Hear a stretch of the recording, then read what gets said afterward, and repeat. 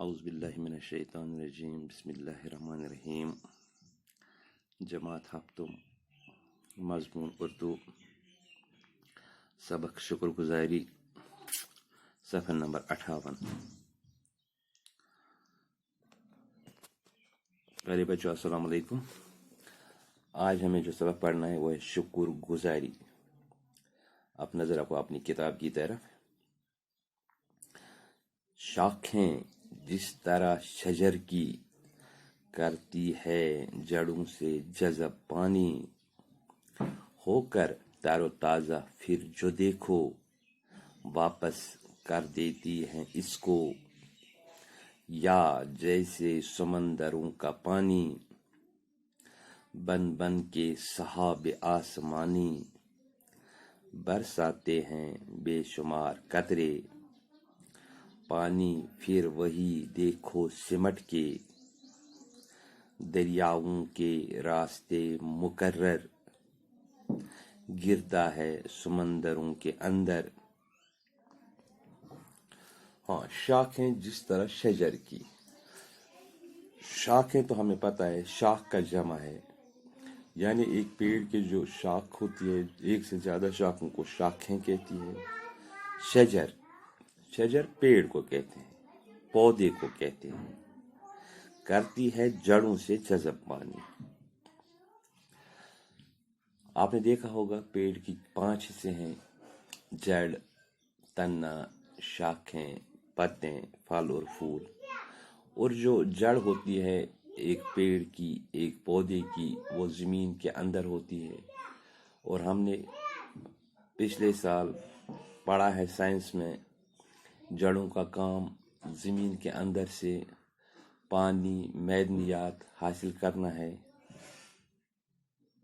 اور یہ جذب کر کے پھر تنوں کے ذریعے اس پیڑ کا جو تنا ہوتا ہے اسی کے ذریعے یہ شاخوں تک پہنچاتا ہے، اور شاخوں میں پہنچانے کے بعد یہ پھر پتوں تک پہنچ جاتا ہے، اور پتوں میں فوٹو سینتھسس ہوتا ہے، جو بھی ہم نے پڑھا ہے اس کو شعاعی ترکیب کہتے ہیں۔ وہ اپنا غذا بناتے ہیں، وہاں سے پھر جب سورج کی گرمی ان پہ پڑتی ہے، سورج کی روشنی ان پہ پڑتی ہے، اور یہ پتے جو ہے یہ بھی ہم نے پڑھا ہے کہ یہ کاربن ڈائی آکسائڈ اپنے اندر جذب کرتے ہیں، آکسیجن چھوڑ دیتے ہیں۔ اس سارے عمل میں یہ اپنے لیے غذا تیار کرتے ہیں۔ تو یہاں پہ یہ کہہ رہا ہے شاخیں جس طرح شجر کی کرتی ہے جڑوں سے جذب پانی۔ جو شاخیں پودے کی ہوتی ہے، اس پودے کی جو جڑ ہوتی ہے، وہ جو پانی، جو معدنیات زمین کے اندر سے حاصل کرتے ہیں، پھر کیا کرتے ہیں؟ ہو کر تر و تازہ پھر جو دیکھو واپس کر دیتی ہے اس کو۔ یہ جڑوں سے پہلے پانی کو جذب کرتا ہے، سارے پودے کو تر و تازہ رکھتا ہے، پھر واپس کر دیتی ہے اس کو۔ اس کو ٹرانسپائریشن کہتے ہیں، کیونکہ پتوں میں چھوٹے چھوٹے سوراخ ہوتے ہیں، ان چھوٹے چھوٹے سوراخوں کے ذریعے یہ پانی پھر واپس چھوڑ دیتے ہیں۔ اسی لیے آپ نے دیکھا ہوگا کہ جب بہت زیادہ گرمی ہوتی ہے تو ہم کسی پیڑ کے سائے کے نیچے بیٹھتے ہیں اور وہاں پہ ٹھنڈی محسوس کرتے ہیں، ٹھنڈک۔ یہ ٹھنڈک کہاں سے آتی ہے؟ یہی پانی جو جڑوں سے جذب ہوتا ہے پھر پودے کے ہر ایک حصے میں پہنچ جاتا ہے، اور جو میں نے ابھی کہا کہ پھر اس میں جو پودوں میں جو چھوٹے سوراخ ہوتے ہیں وہاں پہ ٹرانسپائریشن ہوتی ہے، اور اس ٹرانسپائریشن کے ذریعے یہ پھر پانی واپس چھوڑ دیتے ہیں۔ یا اس نے دوسرا ایک مثال ہمارے لیے یہاں پہ دی ہے، یا جیسے سمندروں کا پانی بن بن کے سحاب آسمانی۔ صحابے جو ہوتی ہے، صحاب، یہ اس کو ہم کہتے ہیں ویپرز۔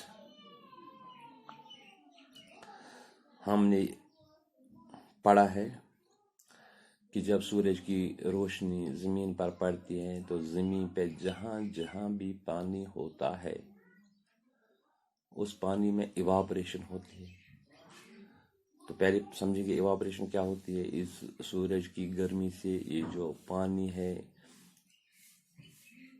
یہ گرم ہو جاتا ہے اور اس کو بھاپ بن جاتا ہے۔ یہ بھاپ جو ہے پھر اوپر چڑھ جاتا ہے،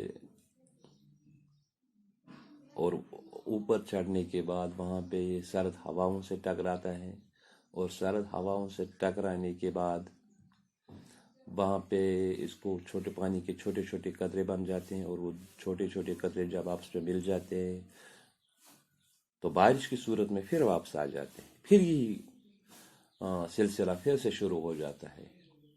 یہاں پہ یہ کہہ رہا ہے، یا جیسے سمندروں کا پانی، اور جیسے سمندروں کا پانی جو ہے بن بن کے سحاب آسمانی، سورج کی گرمی سے ان کے بخارات بن جاتے ہیں، اور وہ بخارات اوپر آسمان کی طرف چڑھتے ہیں، برساتے ہیں بے شمار قطرے، پھر پانی، پھر وہی دیکھو سمٹ کے، اور وہاں پہ کیا ہوتا ہے، پھر یہ قطرے پانی کے قطرے بن جاتے ہیں اور پھر واپس آتا ہے، برس جاتا ہے بارش کی صورت میں، دریاؤں کے راستے مقرر گرتا ہے سمندروں کے اندر، اور جب زمین پر یہ پڑتا ہے پھر بارش کی صورت میں، پھر یہ ندی نالوں کے ذریعے یہ جو ندی نالوں کے ذریعے پھر دریاؤں میں پہنچ جاتا ہے، اور دریاؤں کے راستے سے یہ پھر سمندروں میں پہنچ جاتا ہے۔